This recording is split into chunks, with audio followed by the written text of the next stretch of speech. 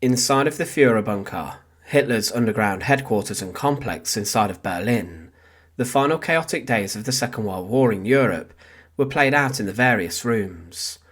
There was a lot of coming and going inside the bunker, and of course it was where Adolf Hitler died inside of his study, on his sofa, alongside his wife, Eva Braun. Hitler had decided his end based on the treatment of Mussolini's remains, and he gave orders for nothing to be left on earth of him, and for his body not to end up in the hands of the Soviets. But there were many people who remained in the bunker following Hitler's death, and there were a number of people who had been personally given cyanide capsules by the dictator, and he may have believed that the Fuhrerbunker would become a site of mass death, almost like a cult, following his own demise. But there were many who attempted a breakout from the bunker, and a number of these were captured.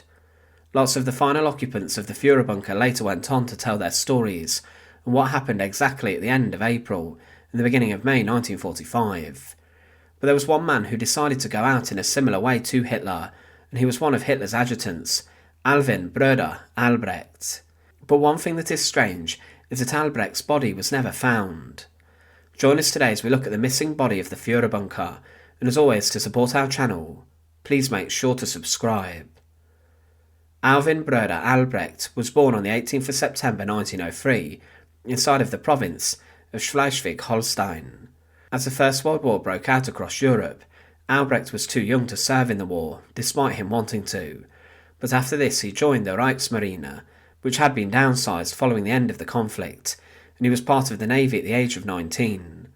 But within 2 years he rose throughout the ranks of the Navy, and was assigned to the Naval Academy based in Flensburg, and as time went on, he continued to receive different promotions, and he was then in June 1934 promoted to the rank of Kapitan Lieutenant.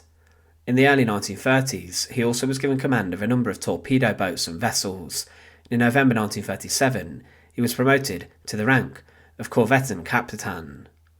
But he would then meet Adolf Hitler, and Hitler clearly liked Alwin-Broder Albrecht, and he may have first encountered the Nazi dictator based on the work he was doing inside of the Navy and the military. Albrecht was of course rather senior, however an opening came when Hitler's naval adjutant, Karl von Puttkamer, was given command of a destroyer, and he then left Hitler's staff to go and serve on active duty. Because of this, Albrecht became his successor, and he was now serving as Hitler's own naval adjutant, and he was Hitler's main liaison to the Kriegsmarine. It was an important position as the Second World War would break out.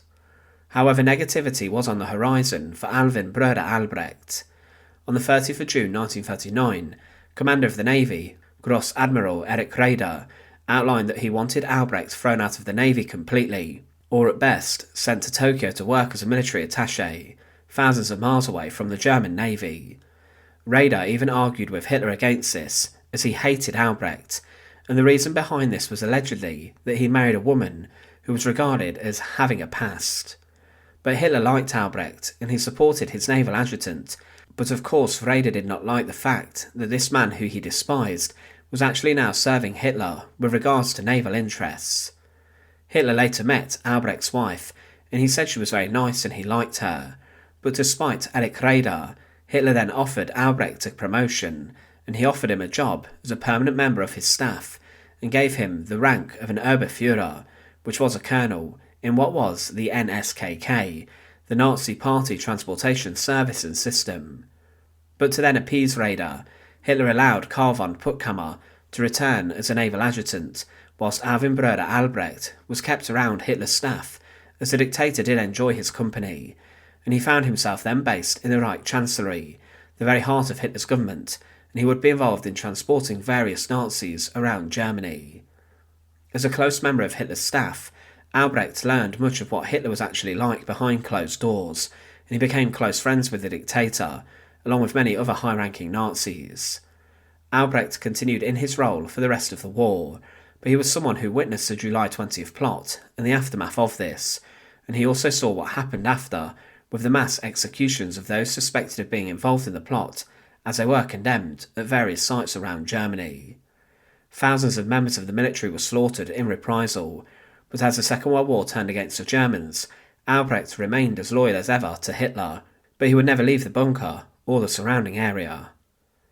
Hitler had entered his bunker complex as his final headquarters in January 1945, and it became clear as April came around that he would die within the ruins of Berlin in his bunker.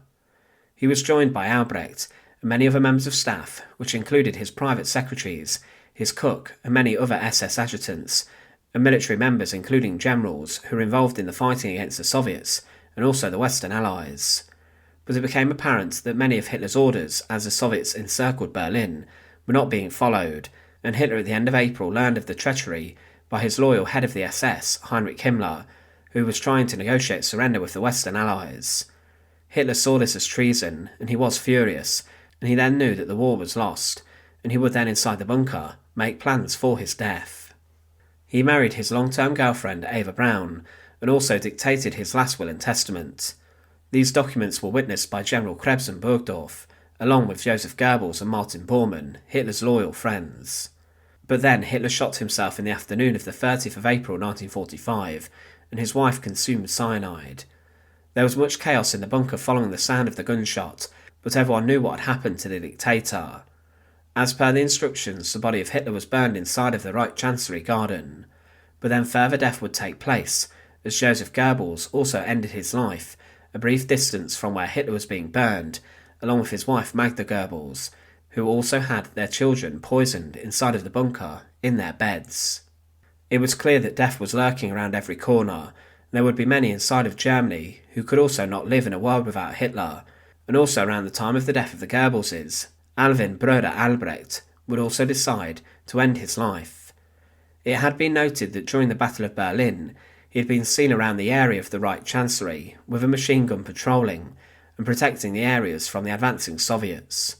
It's likely that around this time he was contemplating his own demise, as Hitler had died and the war looked over for certain.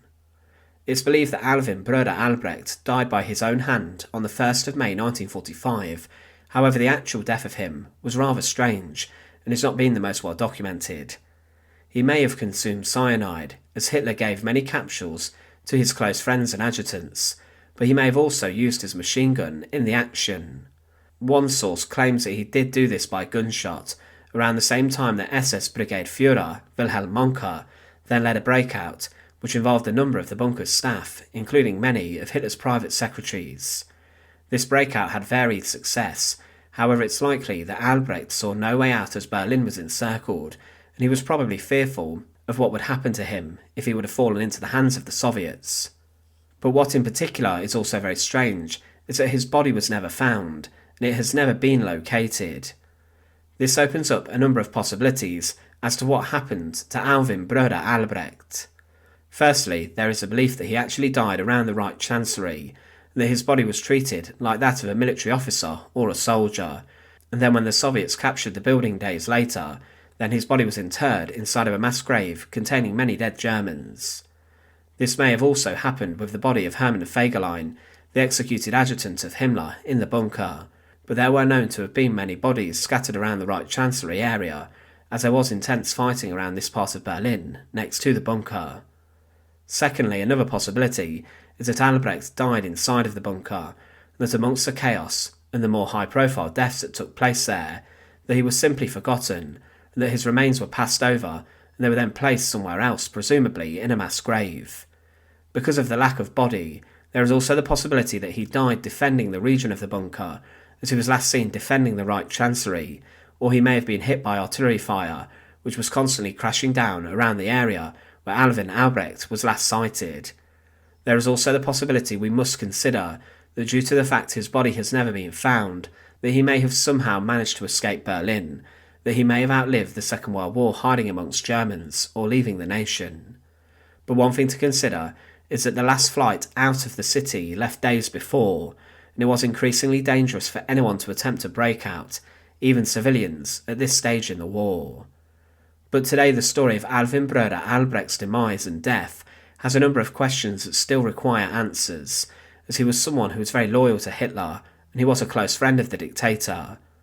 Hitler had backed him in the face of Admiral Raeder, but like many people during the Battle of Berlin, his story became lost and bodies lay all over the city, and it's most likely that Albrecht was interred in a mass grave with many other soldiers, the Soviets not aware that this man was a close adjutant of Hitler who had witnessed the final demise of the dictator inside of the Fuhrerbunker. Thanks for watching. To support our channel, please make sure to subscribe, and once again, thank you so much for watching.